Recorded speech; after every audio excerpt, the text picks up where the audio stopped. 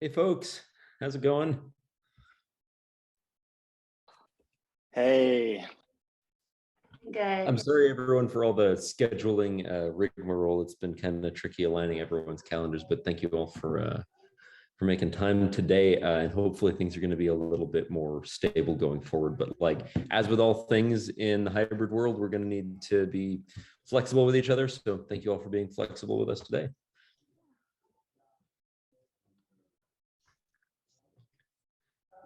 So let's see, what do we have going here? So I think we've got all of the Collabs question mark, not quite, but close. And we won't have all of our mentors today. Andy is not going to be available just on today because she's got her dad's birthday. So I wouldn't make anyone join anything rather than do that. So we're just going to have to muddle along without her, unfortunately, this time. But she'll be around for the coming meetings.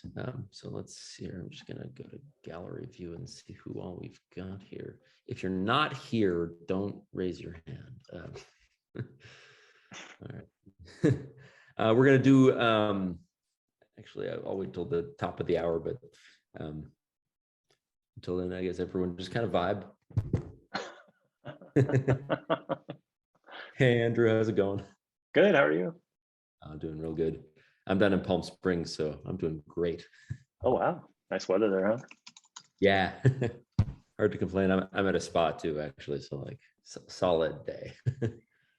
That's the nails emoji, right? Exactly.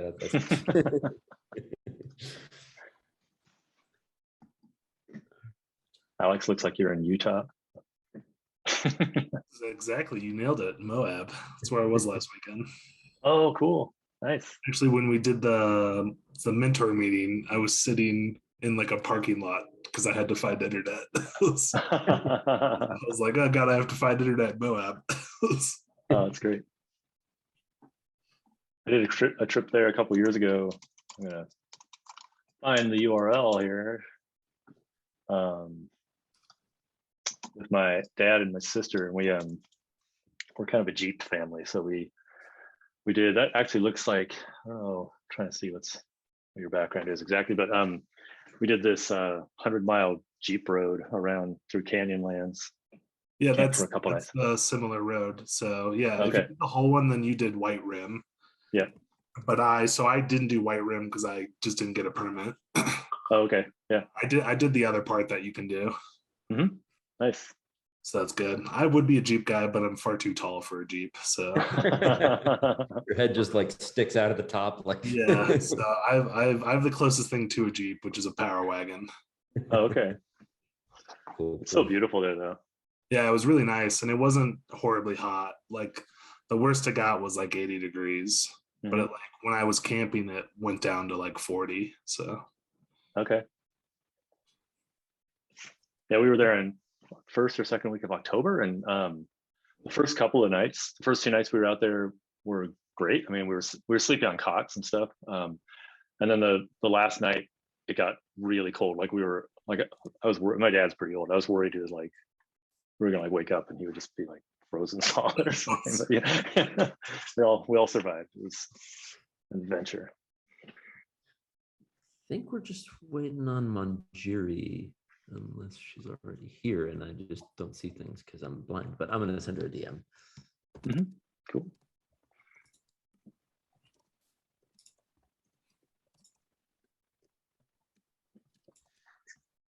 So I'm sure everyone's just clicking through all my slides, you know, while they're waiting. So.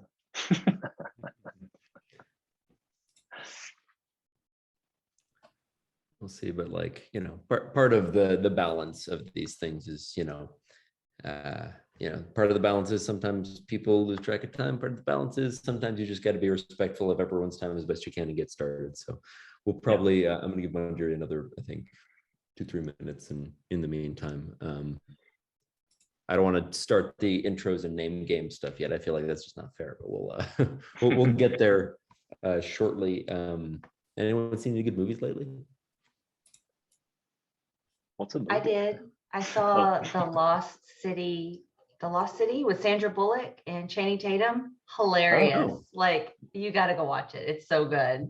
Oh, nice. And then well, I don't want to ruin it. It's really good. Sorry. Death on the Nile. Oh, is that good? Was that good? Yeah, it was pretty good.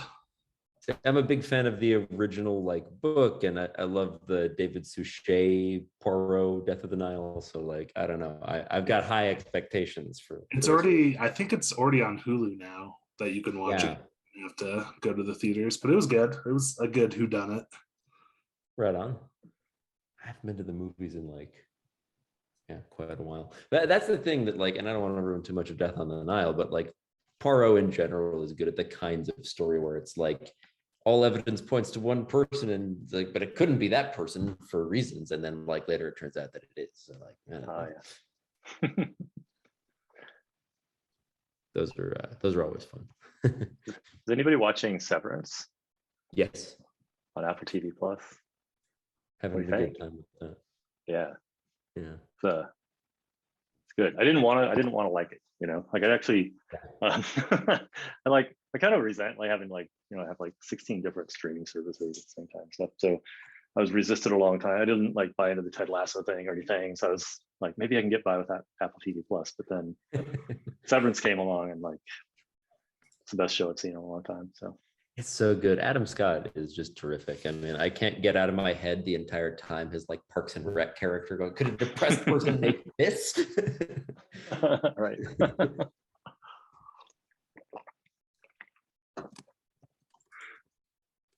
Well, should we get started then? I think so. It's 1:05. We'll just have to do our best, and we'll have to catch up Manjari.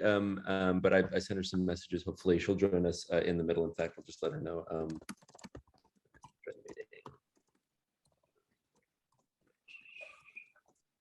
Smiley face. Okay, rad. All right. So what I want to do now is like, every orientation you've ever been in. I would like to go around and just have, first I want to have the mentors introduce themselves. So what we're going to do is first name, pronouns, location, and one item off your bucket list. And so I'll go first just to model this. Remember those 4 things: first name, pronouns, location, one item off your bucket list. Hi, I'm Scott Rue. My pronouns are he, him. I live in San Francisco. And one item off my bucket list is I really want to go to Lake Como in Italy. That sounds like a good time to me. And Andrew, you want to go next? Oh, sure. Yeah.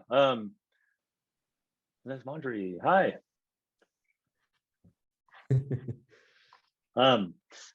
Yeah, we're just doing intros. We're just doing intros now. So so Andrew, I pronouns are he, him. I'm in Portland, Oregon, the founder of Collab Lab. And an item off my bucket list is I have so many items on my bucket list, but I really want to do a kind of a tour of Scotland. So Orkney to Islay. I want to kind of hit all the all the spots there in Scotland. So you want to do like a Scotch tour?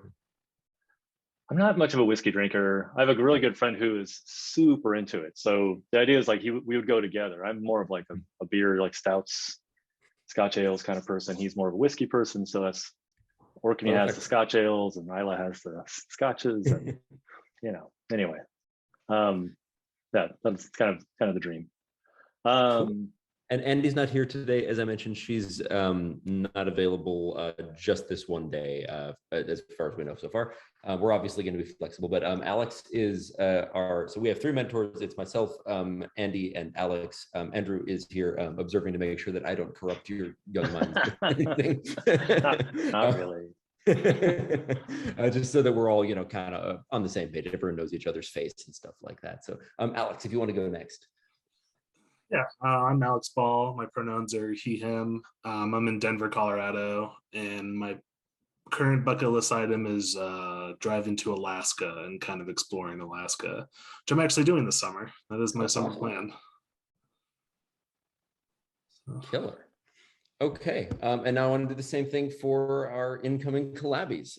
So that's, again, name, pronouns, location, and one item off your bucket list. So let's start with, is it Manjari? Oh, sorry, we can't hear you. I think you're on mute. Yeah, okay.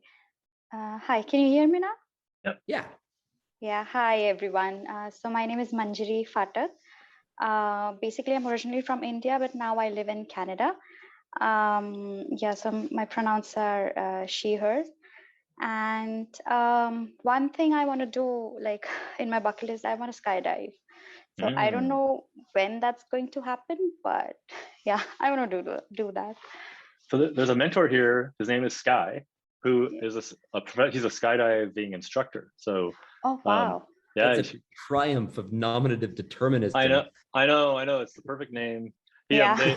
His team at work plays GeoGuessr, which is that game where you're dropped into a random street view, and he's always like, based on the sun, you can kind of tell like where in the hemisphere it is, all this kind of stuff. Awesome. Thanks, Manjari. Rebecca, would you go next? Howdy. I'm Rebecca. My pronouns are she, her. I want to say thank you really quickly to everyone for making this time work today. I had some plans with family this weekend and I just really appreciate it. So cheers for that. And I would say my bucket list item is foraging in Oregon, like in the old growth forests. I want to go hunt mushrooms up there one day. I'm in Philly right now. Sorry, that's the other question. Yeah, I'm in Philadelphia. Nice. Cool.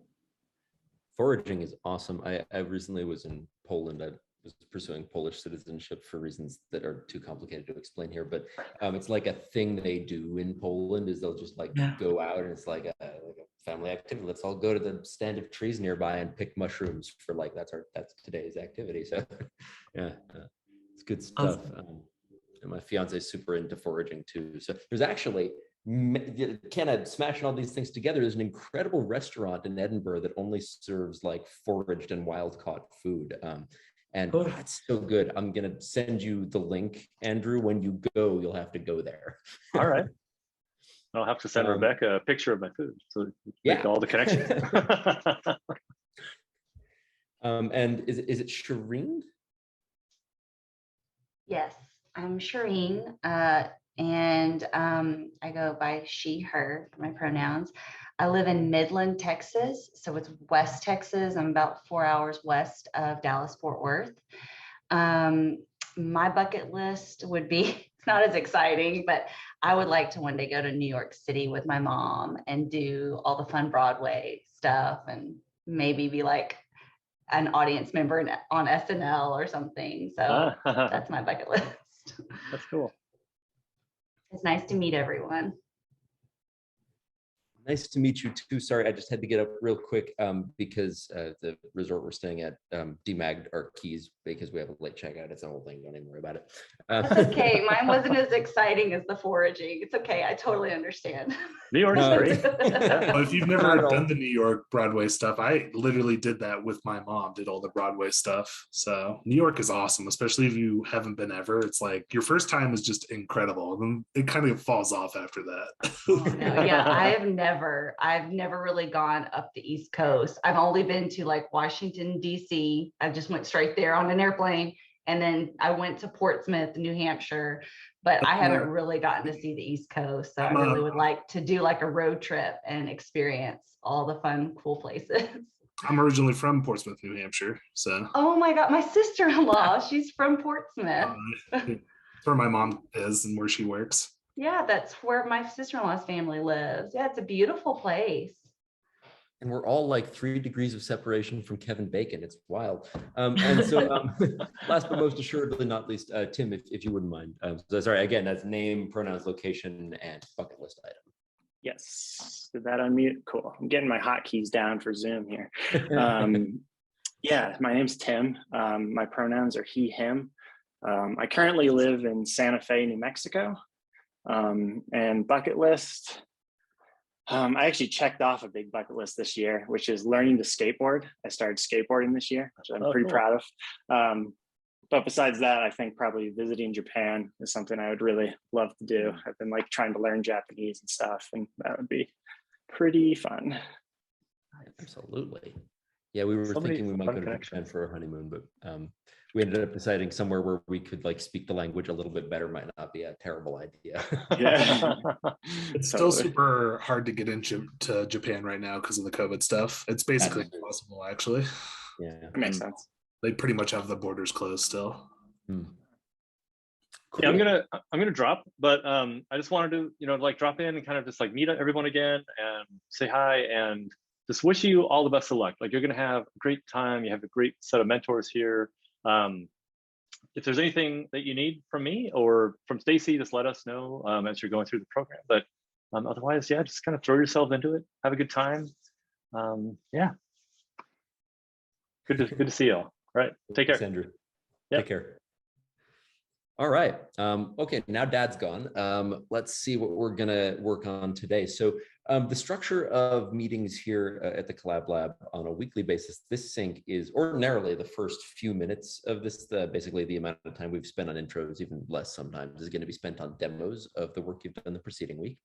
And then the middle chunk of the meeting will usually be spent on one of two things. It'll either be a learning module, we're doing one today on Git, or it'll be a retro on how work has been going. You'll get to give us and each other feedback and receive feedback yourselves. Retros are super important, and we're really looking forward to conducting some of those with y'all. And then the final session, the final section of the meeting is generally the last, like, I don't know, 5 minutes or so, where we'll talk about the issues. We're going to break you up into two different groups each week of two people. And each of those two groups will work on one of the two issues from the top of the stack. So we're going to start at issue 1 and go all the way down the list. And by the time we're done, we're going to have a really cool mobile app. So I'm super stoked about this. I guess I'm not sure if it's a mobile app technically.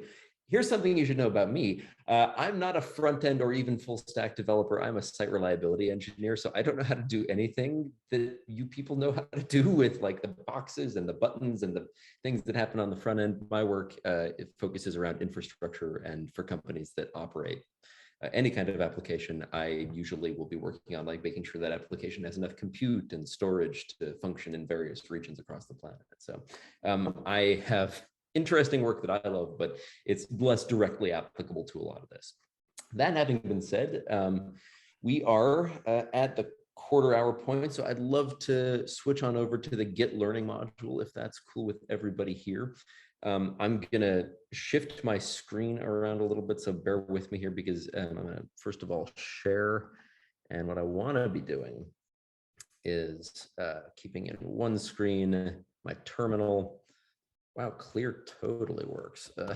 And then another, the presentation. So let me just say no thanks on this, and I'm going to start running the slideshow. I have my terminal up in the next window so that we can just do some demos on some of this stuff so you can see what I'm talking about. I don't want to assume that all of you have had extensive Git experience before, so that's why I know some of this is going to be really basic for some of you, and some of it's going to be, some brand new stuff. So I look forward to sharing a lot of that.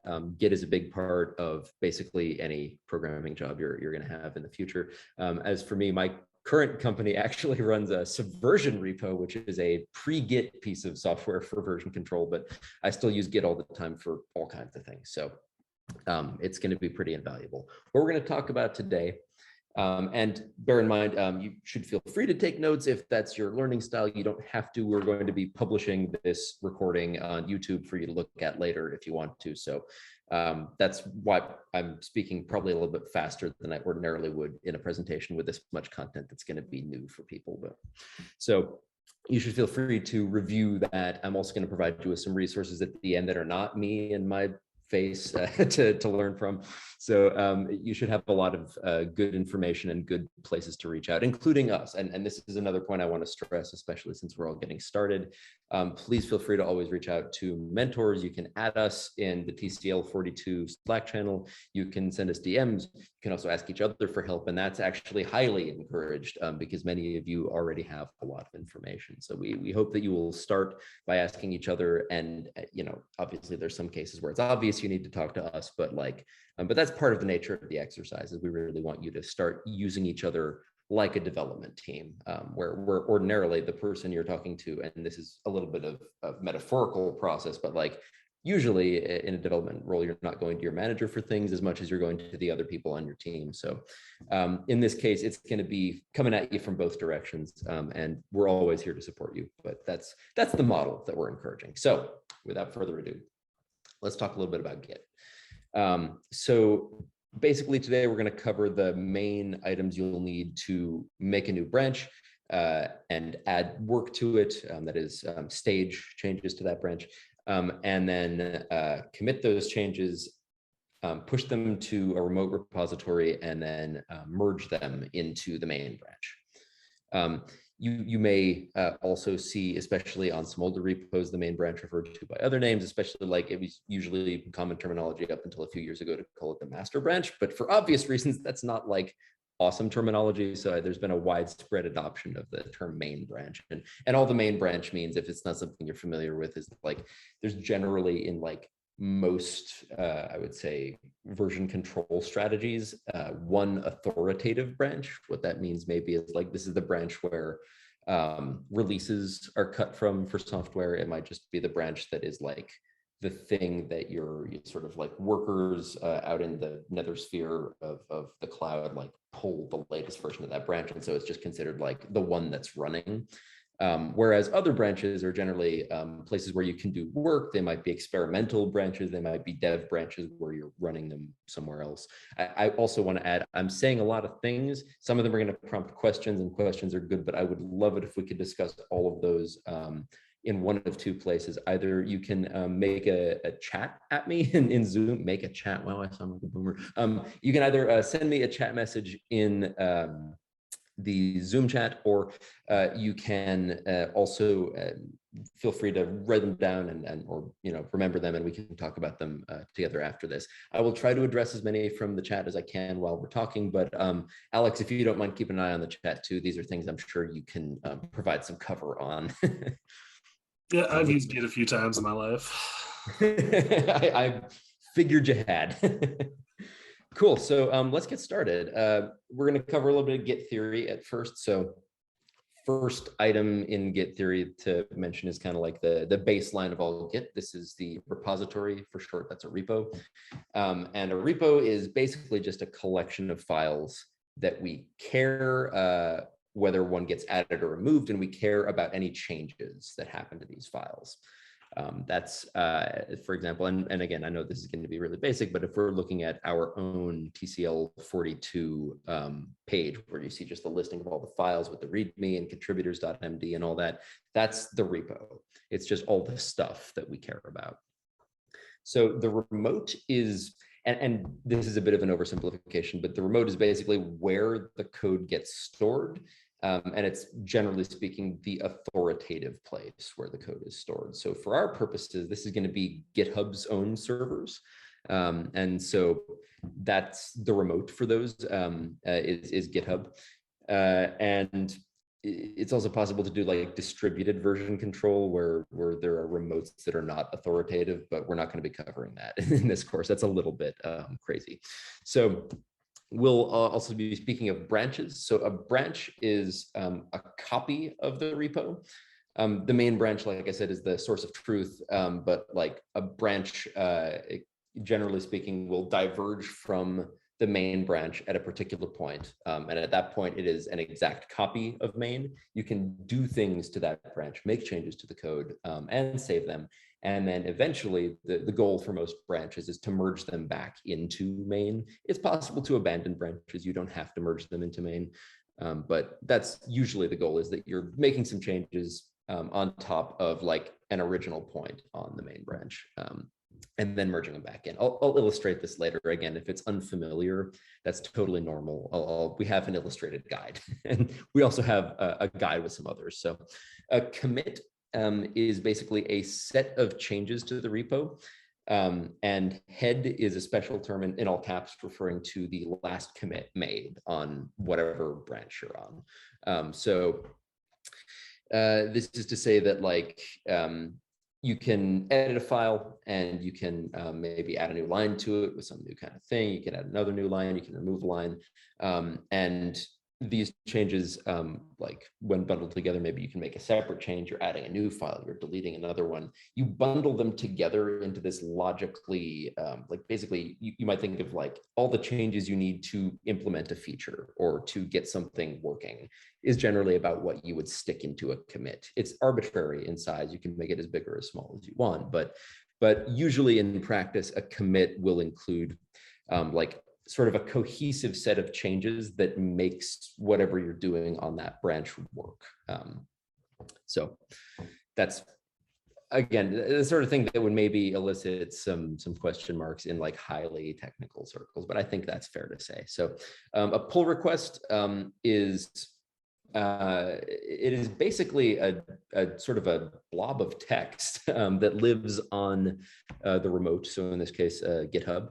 And it documents why the changes in your commit or commits should merge into the main branch. So it's a justification for that. If you're working on GitLab, you'll also see these called merge requests.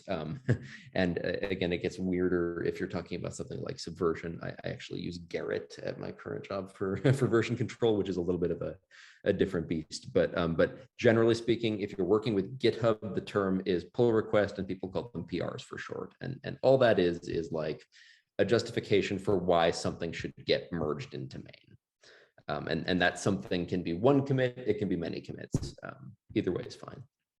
So we're going to talk about, at this point, an example, and this is the illustration I managed for like branching. I feel like this is a pretty good illustration. So we're going to be working with, what you see on the top here is sort of something I'm going to add some bubbles to, and the result of everything we're doing is this bottom line of commits.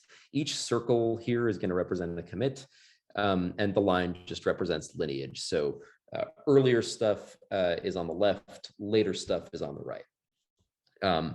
Okay, so let's imagine, again, looking at this top line, that we have our first commit, maybe we've just added the README or something, and a bunch of other code. Usually when you're adding your first commit to a project, it's either completely empty or it contains some work you've done at some point and just kind of glommed together and decided, you know what, this needs to be in a Git repo, so I'm just gonna throw it all up into GitHub.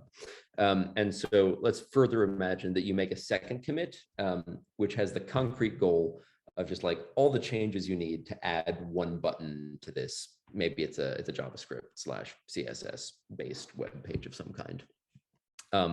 Now, it is at this point that we have to expand our thoughts on this a little bit and imagine that we're working on a team. It's not just one person. If you're just, you know, one person working on this, then you can perhaps follow this bottom row rather directly. Pretend none of these globes are you know, this blue color and they're all the same, and you're just one person. You can add commit after commit without any fear of or need to merge any of these things. But if you're on a team, multiple people might need to be updating the same repo at the same time. So this is a problem which is solved by the concept of branching. So you will be working on, you might say, okay, I want to add some styles, I'm going to add some CSS to this, and I'm going to add some tests. So I want to make a new branch for that. And so you go through and you write your CSS to add some new styles. And you do some extra work you add some tests to the whole thing so that the CI works at the end of the day, and you're diligently doing your work. Meanwhile, your coworker on the same team, working on the same repo, has updated the text on the page that has the button. Maybe the button, instead of saying click me, says click here or something like that. And the idea with this workflow is that you can then merge your branch into the main branch that they've been doing their work on, such that at the end, you create a new history for this, where it sort of works out that the main branch understands that you have initial commit, add button, update text, add styles, add tests. And then usually speaking, you know, when you have one branch merging into another, there's what's called a merge commit, which signifies that the merge is happening. So that's what the new history would look like after the merge. And so again, hopefully this is all making some sense, but I just want to make sure that everyone's got some of the basic theory for like why we add different branches. This is a really simple example, but you might be working with two people who have two different branches, and maybe they're working on some of the same code from which a merge conflict arises. We're going to talk a little bit more about that later. And resolving merge conflicts, especially on remote teams, is one of the major benefits we hope you're going to get out of the Collab Lab, because it's a difficult thing to do. It's difficult to get your head around, and this is an area where we want you to feel supported and like you are confident being able to do that going into a software engineering role. So let's talk about the commands you will use with Git. Now, I'm here assuming everyone's probably going to be using the CLI. There are Git clients that do some of this in a graphical user interface kind of way, but I'm hoping that everyone will at least give a try to the Git CLI, which is powerful and actually pretty user-friendly as CLI tools go. So the first thing you need to know, and this order we're going to go through, is basically the workflow for doing some work and then merging it in. So first thing you need to know is the git checkout command. So what you'll do, generally speaking, when you're starting work on a new branch is you'll do git checkout -b to make a new branch with the name that follows that branch. So git checkout -b new -feature. And then to move around between different branches, you would do git checkout and then the name of the branch you want to move to. So I want to give a concrete example of this. Can anyone not see my terminal? Cool. All right. So let's see here. I want TCL 42 smart shopping list. I need to move the WebEx, or sorry, the Zoom bar around. All right. So I have some add-ons on my terminal. You can see that we are on the main branch of TCL 42 smart shopping list. Some important things to note here is if I check out a new branch, say this one is new -feature. Now you can see we're on the new feature branch. But what if I wanted to see a list of all of the branches? That's a command we don't cover in the slideshow, but I always like to give it because I find it to be useful. So I use git branch for this. And this will drop you into, in my case, I don't have a terminal pager set up, but you can see at the top here, there's just two locally on my machine. There's main and new -feature. So these are our two branches, and we can see by the star over here and by the change in color that I'm on the new feature branch. And we can check the main branch back out again. And now you can see I'm on the main branch. Voila. Cool. So that's sort of nuts and bolts of checkout. Checkout's pretty easy. I'm going to get myself back onto new -feature. So that when we're doing some more Git examples, I'll be in the right place. Okay, so when you're making changes, by the way, on your shiny new branch, new -feature, you can do anything. You can create new files, you can make changes, and it won't have any impact even on the main branch on your local machine. So that's where you'll, generally speaking, be doing new work, is on a new branch you've created. And the remote project also won't be affected by anything you do unless you use the command git push, which we will talk about later. That's specifically how you update the remote project. All right, so now we're going to talk about, so Git Add is how you stage changes. Again, if you're familiar with Git, this is going to be a little bit dull, but bear with me. So the idea behind staging is with Git, you can be selective about which changed files you want to be included in a commit. And so that's the idea behind staging. Maybe you've done a bunch of things on your local branch, but you only want some of them to go into a particular commit. There's lots of reasons why you might do this. Maybe some stuff is done and other stuff is not yet ready to go into a commit. And that's kind of the main use case, but you can be selective about it. And so even though it can at times feel a little bit belt and suspenders to have like add and commit at the same time, I promise this ends up being useful all kinds of different ways. So let's go to the terminal and let's see what we've got here in our repo. So we have a few different items here. So I'm going to make some changes on this branch and I'm going to be editing the README file. My editor of choice is Vim because I'm insufferable. So what we have here is a markdown file. Hopefully none of this is terribly threatening, but basically what I want to do is, let's say I want to add a whole new section here. I'm going to say, which mentor has the coolest hair? And the answer is obviously me. So I have edited my file, I've written it, and that's, again, you might choose, and indeed many of you I hope will choose to use tools like VS Code or Atom or Sublime even, IDEs we call them, to do the editing because they have syntax highlighting, and Vim is something I use because I'm just like a troglodyte who's a backend engineer, and that's two bad things. So now we've edited our file, and my :WQ command in Vim is equivalent to hitting save in a text editor. So we've got our saved file. We've made some changes to it. Now we need to stage it so that we know that the new commit we're going to be making shortly here is going to include those changes. And actually, as an illustration of why this might be useful, I'm going to create a new file, and we're going to call it "Don't Include Me" .md. Right. So now we can see we've got our new file saying "Don't include me," which I don't want to include. It asked very nicely. It's even in the title. So I'm going to Git Add pull request. Sorry, it's readme, readme.md. And now we can see, and I want to do this like interactively. This is why I like to give you a little bit more than just the slideshow on this one. If you run git status, you can see I have an untracked file. It's a new one, so Git doesn't know about it yet. It's not really sure if we want to do anything with it or not.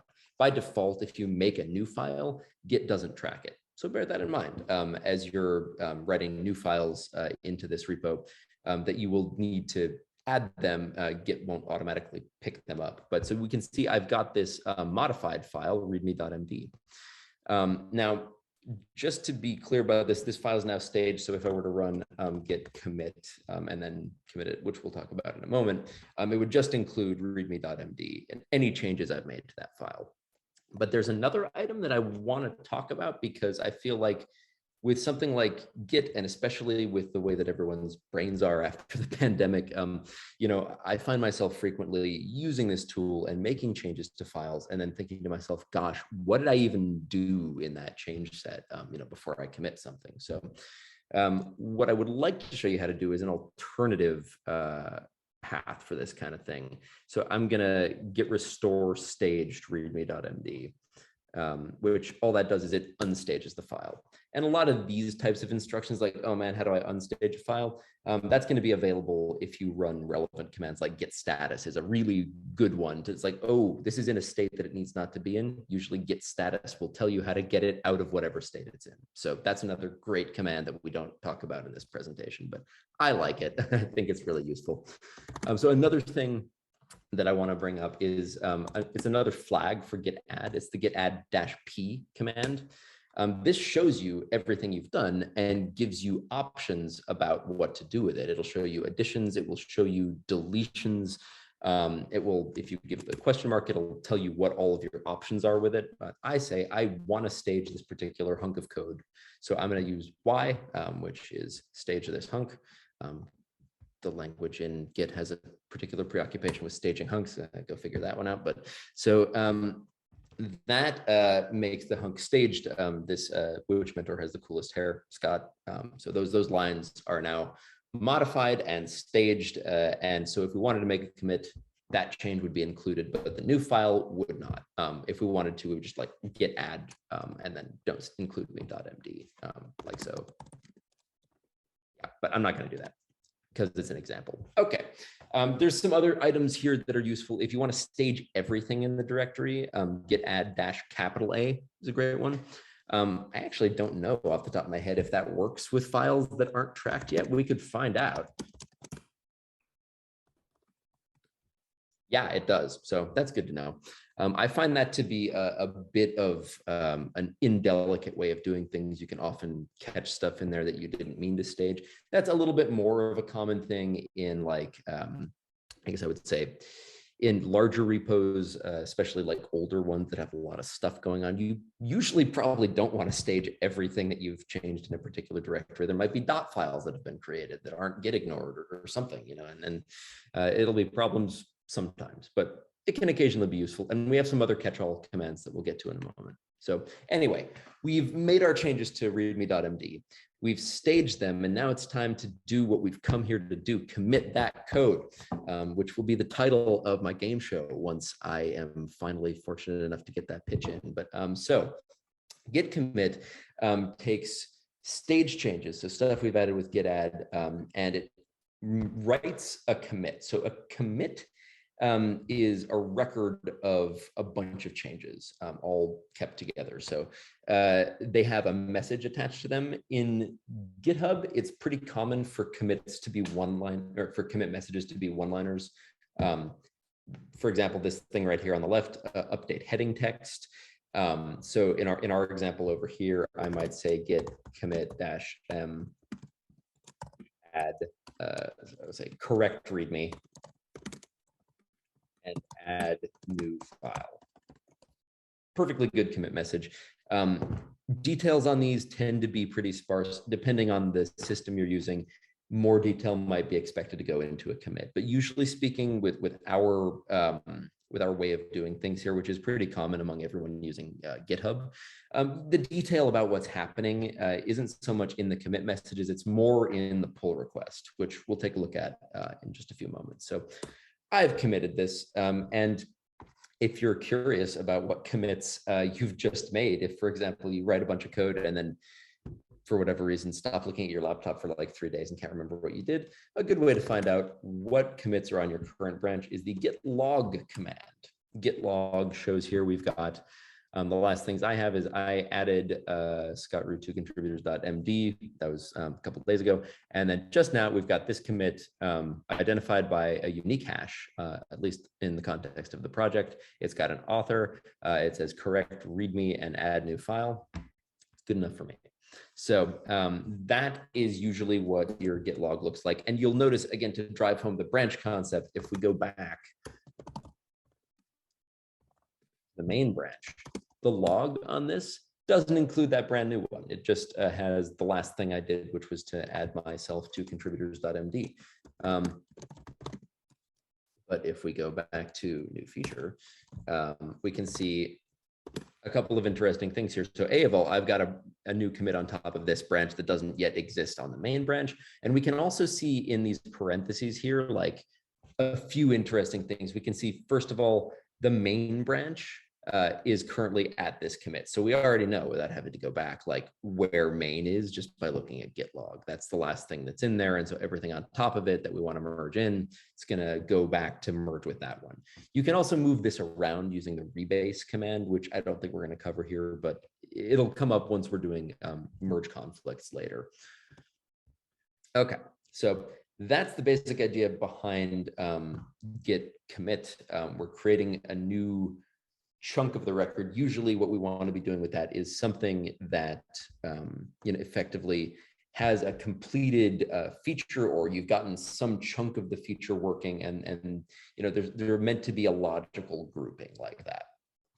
You can also do git commit -am, which is equivalent to git add -a and then git commit -m. So it stages everything and commits with the message. I think technically what it does is it commits all files that are staged and tracked. So it's a little bit different. It doesn't grab untracked files, but it's like anything that has been touched in that repo that we know about, that is to say that is tracked, will be added into that commit. So that's a good one to know, again, especially if you're just like doing kind of a catch-all. You want everything from a particular directory to be, or a particular repo to just get added in one fell swoop. Git commit -am, that's your friend. All right, and then finally, this is the big one. This is where stuff starts to change. So git push is going to take every commit in the stack that you have and upload them to a particular remote. So what's going on here in this command, git push -u origin cool feature. So this is going to say, okay, git, we know that's the binary name. Push is the command that says we want to take the commit stack we have and send it somewhere else. -u adds an upstream reference to the remote. So it says, okay, we know our remote is github.com/whatever, it's the website where the repo's at, the URL for that. So what we know here is if we're saying, okay, so that's where the remote is, at origin, which is a special keyword, and it's like the source that the repo was originally cloned from. So, and then this last part is cool feature. That's the name of the branch from this example. So this is saying like every time we do git push on this branch, we want to send that commit stack to the origin, that is like to the place we cloned it from, to the origins cool feature branch, to the one with that name that comes after the word origin. And so what that'll do is, because I want you to have a sort of a mental map of what's happening at this moment in GitHub. GitHub at the present time has no idea about my spangly new dash feature branch here. It doesn't know that I have, gone in there and said I have cooler hair than the rest of the mentors in the README file. So like that's it doesn't even know that there's a new branch about this, because everything that's happening on this branch is happening on my local machine. When I do git push -u origin new feature, we tell GitHub if it doesn't have a branch for new feature, first of all, make one. And then we're telling our local machine that every time we say git push and we're on this branch, that's what we mean. Like that's where we want you to push it. Otherwise, if you say git push, it'll get really particular with you about like, where do you want me to push it to? I can push it anywhere, man. So that's kind of the thought process there. We're doing a few things with that. And so then after this, if I made some more changes, did some more commits, and then said git push, it would know those changes go to the new feature branch that lives in GitHub. That's kind of a lot, I know, but hopefully it'll all become very clear once we're using it in practice. And again, I encourage you to try this for yourselves, give it a go, have some fun with commits. And so, all right, let's do a couple more things. So there's an interesting item here is git pull. Will grab the changes from the remote based on your current branch. So if someone were, for example, to make a change on main between now and the time when I'm working on this, I would want to git pull just to get the latest version of everything on the main branch. Looks like it's already up to date, but if someone else made a change, I would want my main up to date. And there's a good reason for that. It's that you want everyone's most recent changes available before you create a new branch, so that you don't accidentally like start from behind a bunch of stuff and then the file looks all weird, you're gonna have a bad time. So git pulling from main is usually a great place to start before you're making a new branch. And you can also pull on other branches. That's possible and indeed a done thing, but it kind of depends on what you're trying to do. You might need to merge that branch into your current one or update based on changes that have happened on GitHub that you don't have on your local machine yet. So that's the purpose of git pull. Now, finally, we have the concept of pull requests. So a nice thing that Git does for you is anytime you push to a branch, you get this handy dandy create a pull request link that will open up GitHub and provide you with this template where you can fill in. And I encourage and indeed require all of you to, when you're making changes to this code, to add stuff into this blurb. What we're talking about here is usually a description of the code. We want, if you're closing an issue, you should mention here that this closes, for example, number 2. Acceptance criteria, these come directly from the issue, so you can just copy and paste those. And then you'll want to add a check mark to indicate the kinds of changes that are included here. We also want you to include, include screenshots or like GIFs of the thing that's working if you can in this block, just to give people an idea of what your change merges in. And then when you're ready to do that, you'll hit create pull request. Once you've got all that in there, and someone will provide you a code review. We're going to talk about code review later.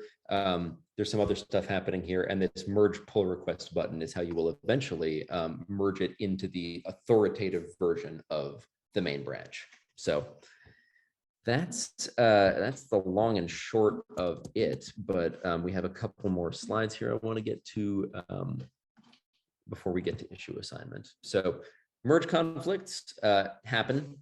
They are really tricky. I'm going to share out the link to this presentation to everybody on our channel.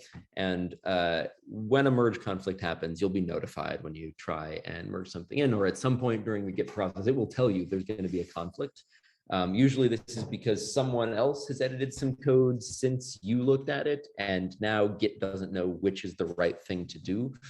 And Git's actually not super smart about figuring out like which thing is right. And even if certain things you've done are the same as in someone else's branch, it's just like, it's trying to figure out like which lines are different now. So that's one of my beefs with Git, but you will find a helpful guide here in the presentation that we'll link you to. You should also feel free to ask each other about what's going on in the changes and what things should look like. But you should also feel free to ask us to help you in our office hours. We will be helping you out with merge conflicts. And these are also the kind of things that we want to help with on an impromptu basis. So post in TCL 42, help each other, and we'll help you too. So the only other thing that I would mention is if you are using a pure text editor like I am, and you're working with a really big file, as far as I can tell, the only way of actually locating where the merge conflict is Git will insert these bits that are like, it's got a bunch of less than signs and a bunch of greater than signs and an equal separating the two possible things that can go somewhere.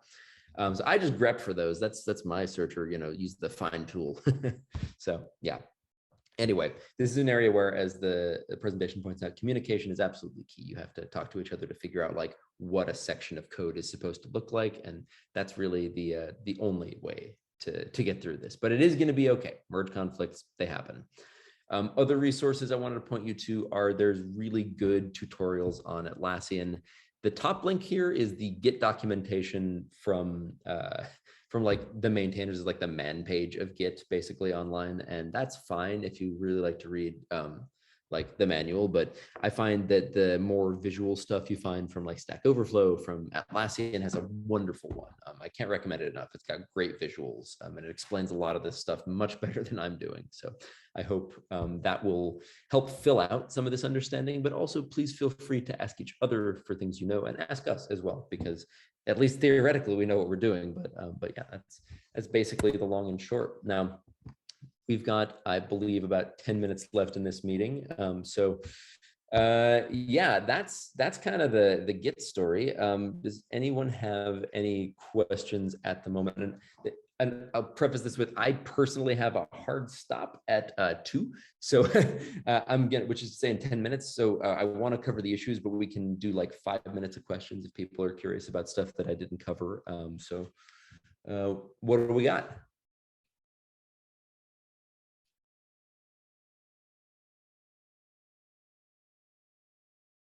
Anybody? Going once? All right, I guess I talked enough. Just 1 second here. Yeah, so let me, I guess, Alex, if you want to share, and we can go to the issue assignment. One item that I wanted to point out that you can all find for yourselves is in our repo. You'll find this item, projectbrief.md, and that contains your pairs for the week. So just be advised, if you're looking forward to figuring out who you're going to work with in the future, if you forget who you're working with now, that's where the teams are week by week. We are on week 1. Alex, take it away. Cool. Can everyone see my screen? We good?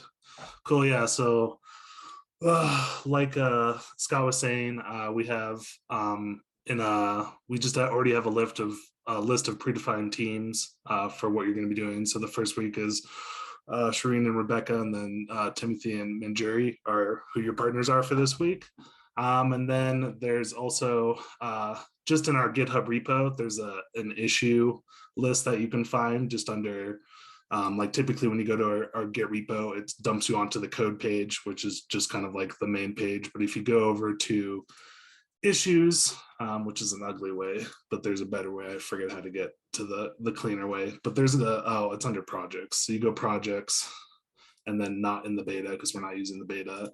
Then you click into ours. And so this is the list of tasks that you guys have to accomplish in our entire project. And we just start from the top. So 1 and 2 is what's gonna happen this week. I think we do leave it up to you guys to decide which ones you'd like. And that is typically the case in software development. There are some companies that you just come in on Monday and they say, here's your task, go.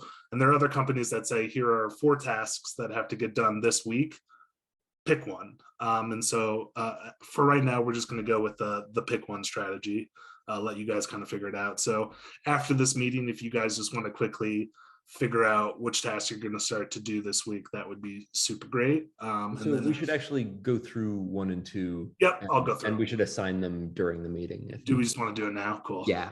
Sorry, that's it's totally fine.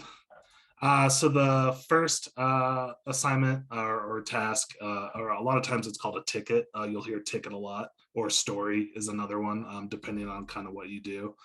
So you'll typically hear me say ticket or story. But the first one is to set up a component that can read and write from Firebase. We're using Firestore. When you're inside of Firebase, you'll see that there's actually 2 databases, Firestore and then the real-time database. We want to be in Firestore. And it has an acceptance criteria where, again, we already have Firebase added to the project. That's already been set up. So you just need to create a new component that can, again, read and write from Firestore. It recommends to do something very simple, which is just to create a button and just like click that button and have it submit data into Firestore. And then you'll write code that also can read. And the nice thing about Firestore is that it does all those connections automatic. So when you submit data and you do it correctly, it'll automatically show up on the web page for you if you have that data hooked up.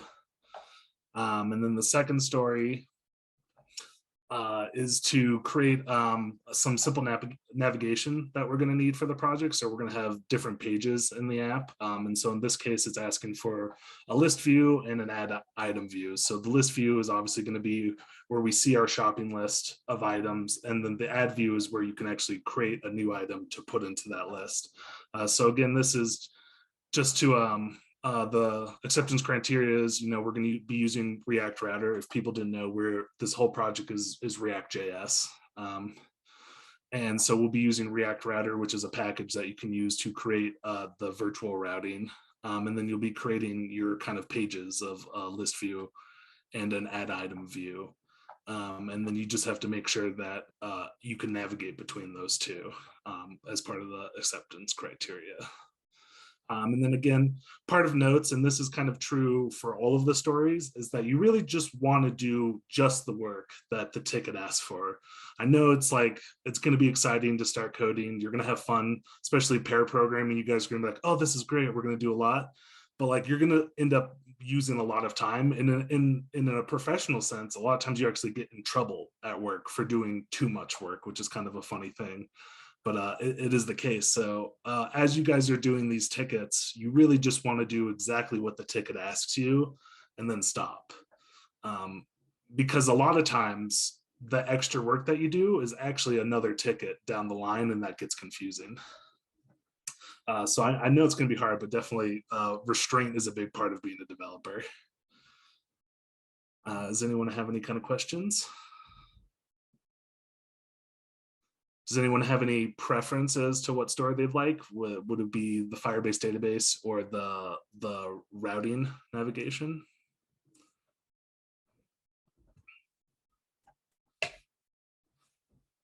No, okay. I think we'll just do Shireen and Rebecca. If you guys want to take the first ticket, which is the Firebase one, and then Timothy and Manjuri, if you guys want to take the second ticket. And again, they're very clearly labeled, ticket 1, ticket 2, ticket 3, and we'll just start checking them off the list. Awesome. So let's assign those in the UI, and I guess we can mark them in progress. I don't know if I have the rights to do it. I think I need more. I bet I can do this. All right. Because I tried while you were doing your Git thing to add something so you could see I made a change, but it was it blocked me. Oh, sorry about that. Okay, so first issue is, and I'm not looking at, I think it's Shireen and Rebecca. Shireen and Rebecca. Okay. Great. And so that should be assigned. And I'm going to go to the other one. Issue number 2. And I don't want to assign myself. I did that accidentally. This one is 10.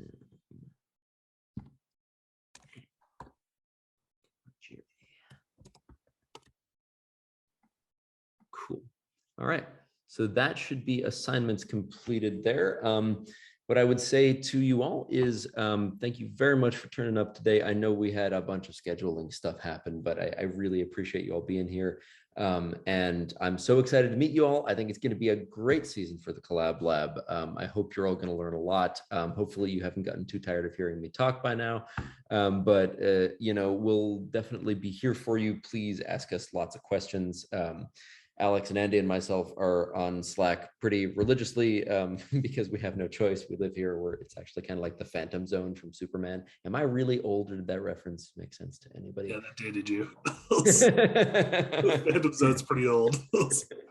All right, well, in any case, thank you all again, and we'll see you in hyperspace. Oh, and so I want to double check one thing actually before I sign off. That's going to be office hours this week. We do office hours once before the weekend. And I think office hours for this week are going to be Andy, and she'll reach out to set up a time when you'll all be able to sort of bring up anything you want to. These are going to be like questions, comments, concerns about the code that you want to dig into in a real-time kind of way, as well as, you know, general questions about career stuff, about working in software professionally, anything you want. That's kind of like extreme mentor time. So yeah. Andy will set that up on her end, and we'll look forward to seeing y'all later on this week. Good luck with this. Use each other as a resource. Use us. I'm going to send into the channel now the link to the slideshow. I have a question. Yes. Sorry, went real quick. No worries. Okay, so like Rebecca and I are supposed to kind of coordinate when we're going to get together to pair program. Is that correct? Yeah. Okay. Yeah, definitely. Right. You should coordinate with each other to find out, you know, how much of this you want to handle like in real time together, how much of it you want to do like, I'm going to handle this chunk, I'm going to handle the other. We strongly encourage you to work at the same time as each other if you can, but yeah, please do coordinate that amongst yourselves. That's another part of like remote work is often, especially these days, you have to just figure out when you can work with somebody. Okay. But yeah, cool. Any other questions?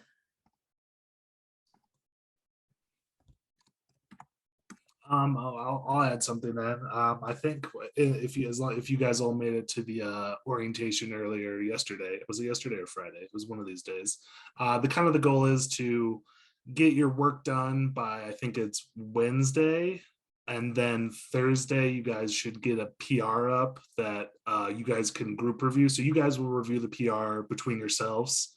And then I think it only requires one of us or maybe all of the mentors to look at the PR and kind of give the final approval and kind of offer any facts. So just kind of like on a timeline for you guys, you kind of want to get the majority of your work done by Wednesday. Yeah, that's fair to say. And we only need one mentor to sign off on a PR. We're all available to do reviews. So I've never really believed in the model where it's like we assign one person to do that. So yeah. Definitely. Good point, Alex. Thank you for bringing that up. That's definitely true. Cool. Well, I have to bounce because of the hard stop that I mentioned, but thank you all again. I'm really looking forward to working with you. Thanks for listening to my Git spiel, and we'll talk again real soon. Thank you. All right. Have a great Sunday, everybody. Later on.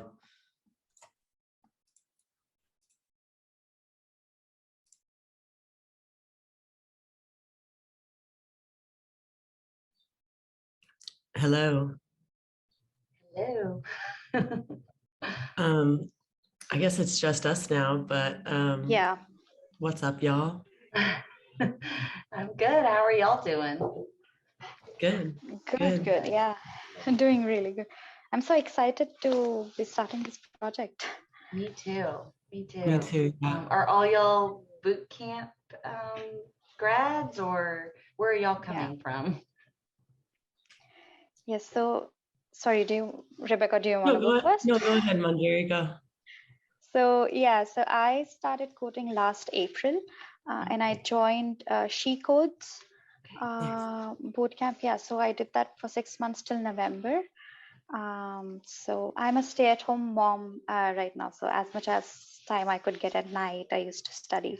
that's been my life. So since November, I have been trying to build more on more on JavaScript and deep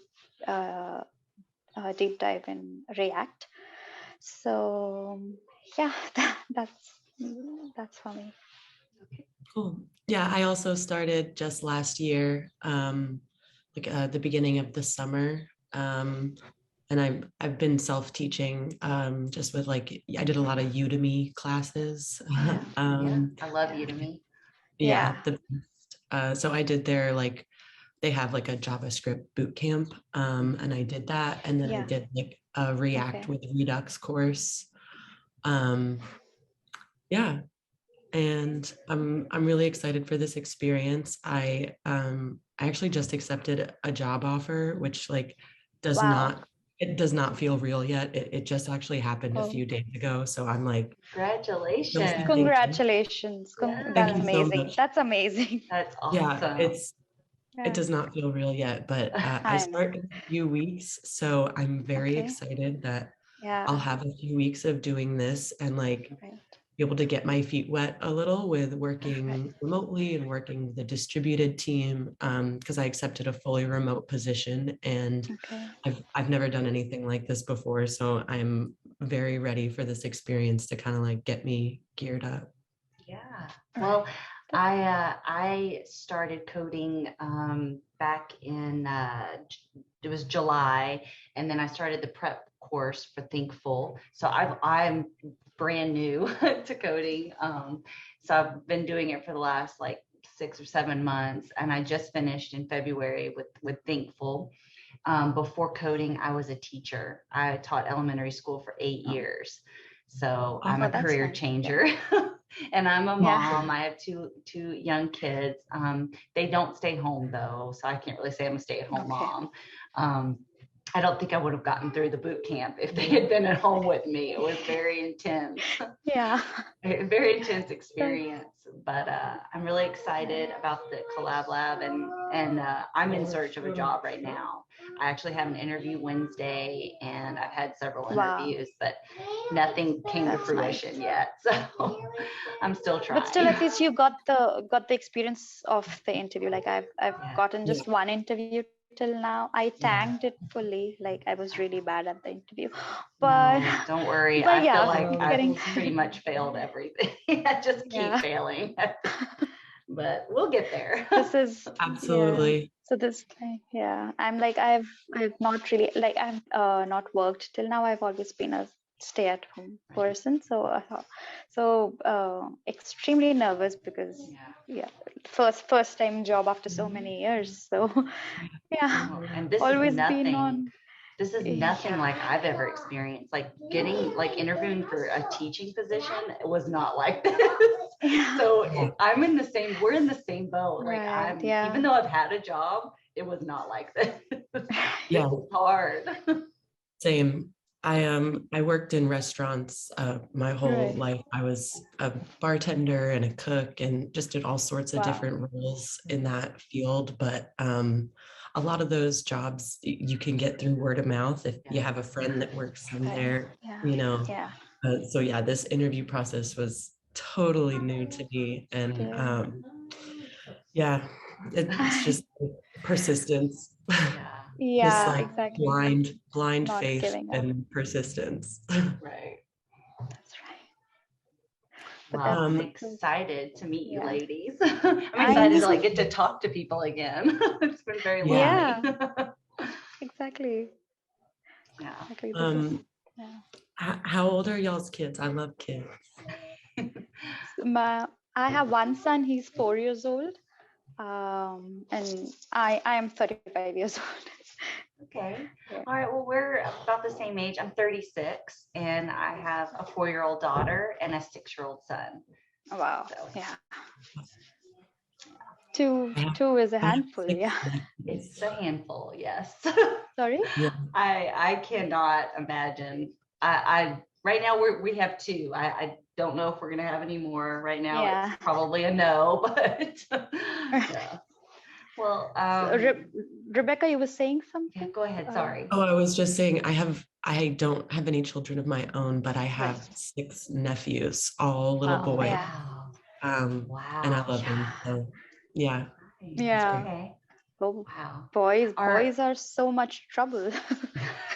Yeah, I saw them last weekend and it was so loud. That's what I'm saying. They're just loud, but honestly, I feel like my daughter, she's a handful too. Yeah. Yeah. They both have pros and cons. Right, yeah. I guess. Are they That's your nice. sister's kids, your brother's kids? Do you come from like a big family with lots of siblings, or? Yeah, I'm the youngest of 4. Okay. That's And nice. Wow. my oldest brother and sister are twins. Okay. And they're both married and they each have 3 sons. Oh my gosh. They couldn't have planned that if they tried, but it's how it shook out. That's Yeah. nice. That's nice. Nice. It's good to have you. Yeah. Nice. So, sorry, you both of you are in US? Yes. Yeah, right. Yeah. So I'm in Canada. Yeah. Where are you in Canada? Ontario. Okay. So in Nice. Ontario. Are you, is that, Kitchener. Ontario? What city? What major We are cities near in Toronto. We are Toronto, near okay. Toronto. Yeah. Okay. So we are like an hour 15 minutes away from Toronto. We are near, I don't know if you know the University of Waterloo. I think, Waterloo. yeah, I've heard of Waterloo. Yeah. Yes. So we are near that. Yeah. Okay. We are like an adjacent city to Waterloo. I heard that So- that's just beautiful. Like, I think you're in a beautiful place. Yeah, it's nice. Yeah.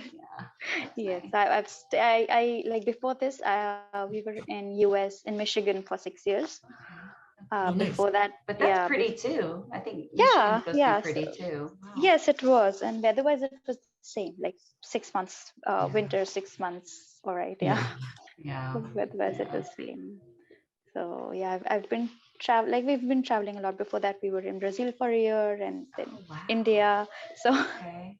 Okay. yeah, So your husband So- has a job where y'all have to move around a lot. right, Okay. yeah. Okay. Yeah, so hopefully now Canada would be our home. Yeah. Yeah. Yeah. So going forward. Yeah. Yeah, especially with Moving's your hard. son. Yeah, that's right. Yeah. Awesome. So you're Philadelphia, right? You're in Philadelphia, Rebecca. What time zone is that? Is that Eastern or is that Central? It's Eastern, yeah. Eastern. So Okay. Okay. it just turned 5 o'clock here 5 for o'clock. me. I was in New York City this weekend with my partner's family, and it was very nice, but it was, a lot of hustle and bustle, and I'm very glad to be back to Philly. It's a city, but it's got a much chiller vibe than New York. So I'm happy to be back. Yeah. Nice. I wouldn't know. That's one of my bucket list things, is to go check that out. Totally. Yeah. I'm like If you- out in West Texas, where it's probably the vibe is even more chill. Yeah. If you ever want to talk like food or like any like recommendations for your East Coast trip, I'd love to. I've been in the Northeast my whole life, so it's the Okay. one that's area that I Yeah. feel like I know. Yeah. Yeah. No, that's so cool. Yeah. Yeah, we've been to New York and it's amazing. Yeah, it is. Yeah, like we were there for like 4 days with our son. Yeah, it was nice. And I mean, is Toronto close to New York? Like, that's not really far, is it? Or is it pretty far? I'm trying to think. Is Toronto? Wait, am I getting that right? can't Or is that remember. I mean, it's Vancouver? not. Yeah. No, it's Toronto. it's Okay, above, I'm like, maybe I'm it's getting my above. east Yes, and west yes, confused. Like I'm not great with geography, but yeah, it's above Okay. New York. Yeah. Is it 5 Yeah, o'clock? Is it 5 o'clock in Toronto? Yeah, it's Okay. fine. So you guys are on the Right same now. kind of the same time zone. Okay. Yeah. Okay. I so think Timothy y'all are an dropped hour out. ahead. Yeah. Right. Yeah. I don't know where. The time zone for Timothy would be. I don't know. I will have to ask. I'll have to ask. Yeah, I can't remember where Timothy said he was. I know Scott's You said New Pacific. Mexico, I think. Okay, Yeah, so then Mexico, so then he's mountain time. So then it would be 3 o'clock.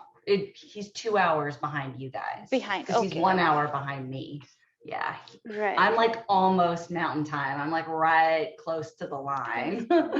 So it Gotcha. gets, my day is really long because I'm like right on the line. It doesn't Right. get dark here right now till like, Oh, gosh, almost 8 o'clock or later. yeah. Oh my.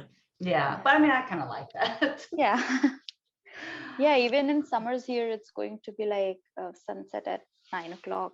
Like, yeah, Nice. Yeah. 9:30. It's going to be crazy for the kids to go to bed. I know. It's like it's still light outside. Why do I need to sleep? I know. I'm like, I know. you sleep. That's when I study. So Yeah. sleep. Yeah. Yeah. Gotta get some dark Yeah. curtains. Yeah, Yes. yeah, I do. I have those.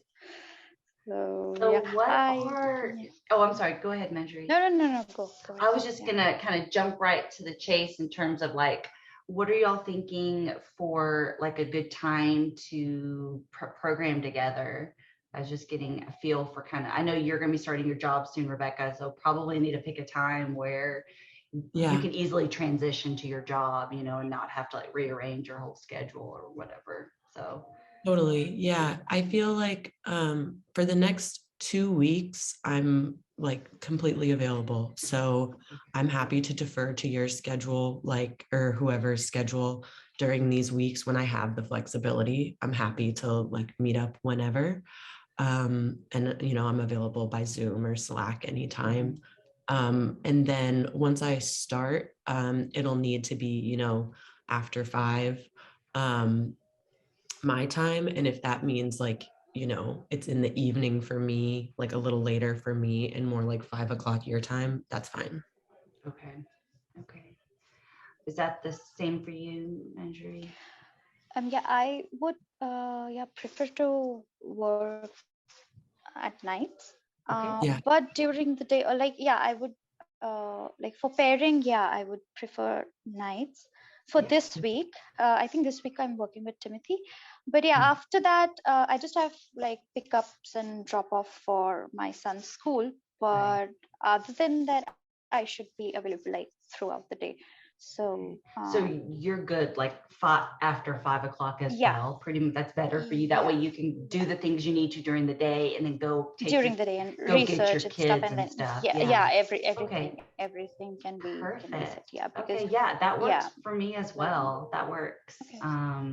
Yeah, So we because make I'm night trying to owls. get a job too. So it's like I need to be able Yeah. to, I have some things I have to do for Thinkful, like, you know, part of the boot camp is they're trying to help me get a job as well. So like there's little things I have to do for them and just filling out applications, you know how tedious that Yeah, can be, there and are a lot of interviews things. and Yeah. technical challenges and homework assignments. Oh my gosh, I've gotten like 2 homework assignments. I'm like, oh my For gosh. application. Okay. Yeah, like they want you to, they like Yeah. want you to do this assignment, and they're like, it's probably gonna take me like several days, and I'm like, I can, it gets overwhelming. I'm like, oh my Yeah. gosh. Yeah, it does. Yeah. So so anyways, my point is evenings work for me as well. I will be happy with Right. evenings. Um and yeah. Yeah. I guess I'm assuming they want us to, I mean, I don't know how y'all want to do it. Do y'all want to do like an hour Monday, Tuesday, Wednesday, or just kind of play it by ear? Maybe one day, one night it might be a little like, are y'all strict with 1 hour, or are y'all pretty flexible, and if we have to go over an hour, that's okay, or I 1 would, hour every yeah, night or something? Monday, Tuesday, Wednesday, I mean. I would be good for like 1.5, 2. Okay. Yeah, at night. Yeah, that should be good for me. Yeah, yeah. Yeah, I like So the idea of like hypothetically like front loading a little on Mondays, like having Yeah. like a standing Monday evening yeah.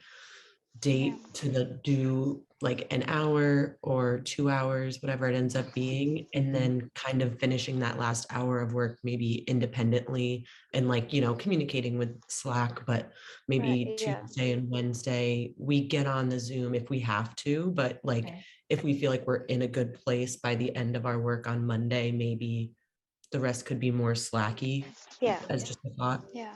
Okay. Yeah. No, I'm good with Yeah. that. So I just actually wanted to share. I mean, I'm going to write an email to everybody. Today I just got logged. I mean, I don't know. I got logged out of my MacBook, and I'm not able to access, like it's just not starting. And I'm it's been a sorry. very stressful day. Yeah. But tomorrow I am taking it to the Apple stores. I mean, they are going to help me fix and like get me in.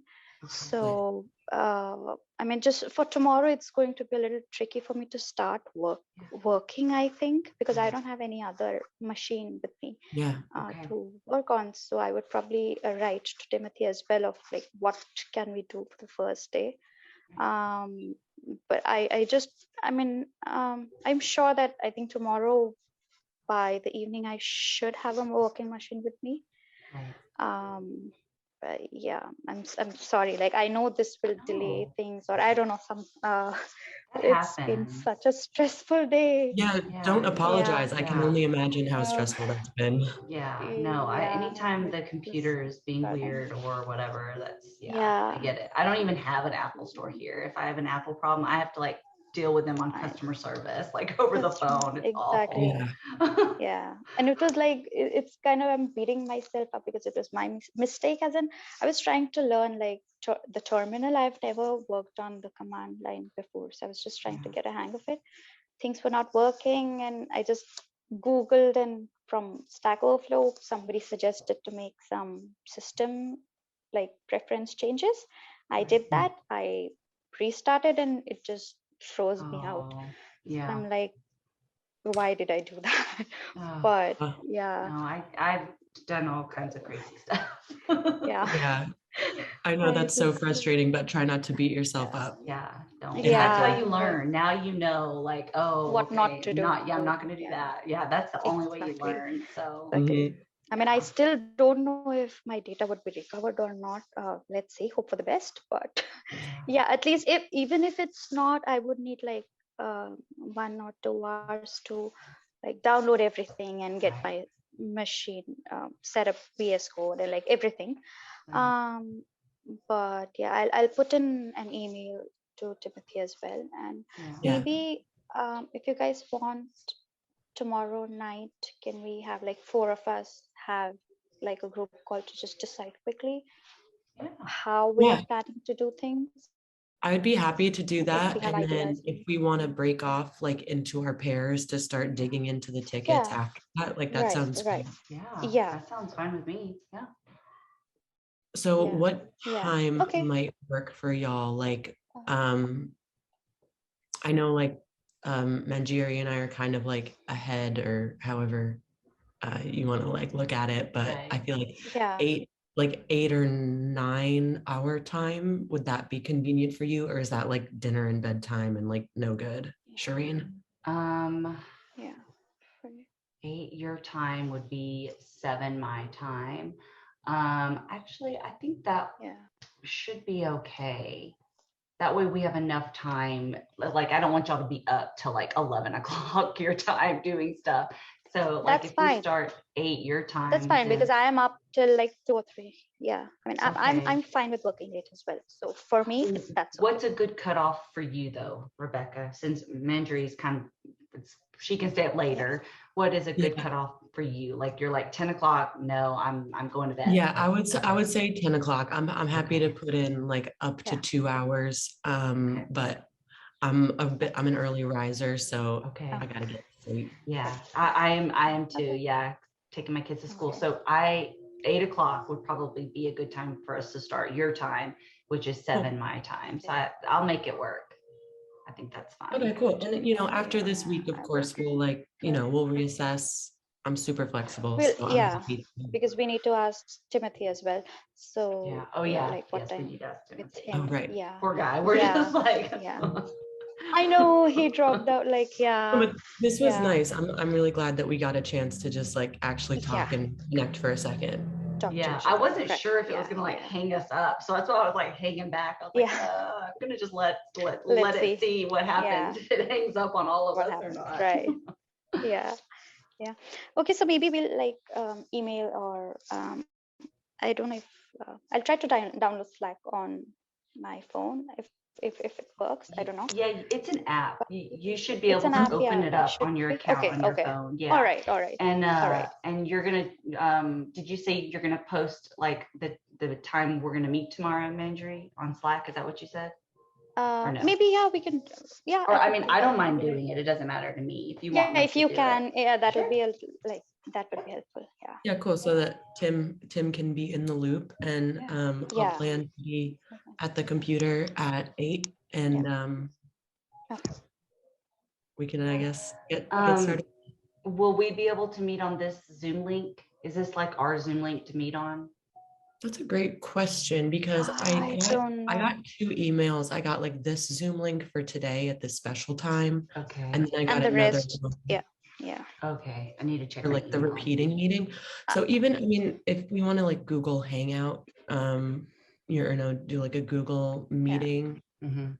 if you all use Gmail, Yeah, that's that's a fine. Yeah, I'm very familiar with Google Meetup or okay. Hangout. I had to use that as a teacher. We weren't allowed to use Zoom. They didn't let us use Zoom with the kids. So I'm not Wow. super familiar with Zoom or setting it up, I mean. Yeah. So, I'm more That's comfortable working with the Google suite on that front anyways. So that sounds great. Just okay. 1 minute. All One right. minute, yeah. Well, I'll put on the Slack, and if Um, Timothy needs to, Yeah, if he has a comment or anything, he can just reply in the thread, and then we can readjust. yep, we can work on that. Sounds great. All Okay, right. Thank it you, was great ladies. meeting you both. Yeah, it was nice Yeah. to meet you guys, and we'll talk tomorrow. Yeah, and good luck with your Yes, computer. all right. I think I'm Yes, thinking yeah, happy thank thoughts, you. and I'm being Fingers positive crossed. for you. Yeah, thank you. All right, then see you tomorrow. Yeah, bye.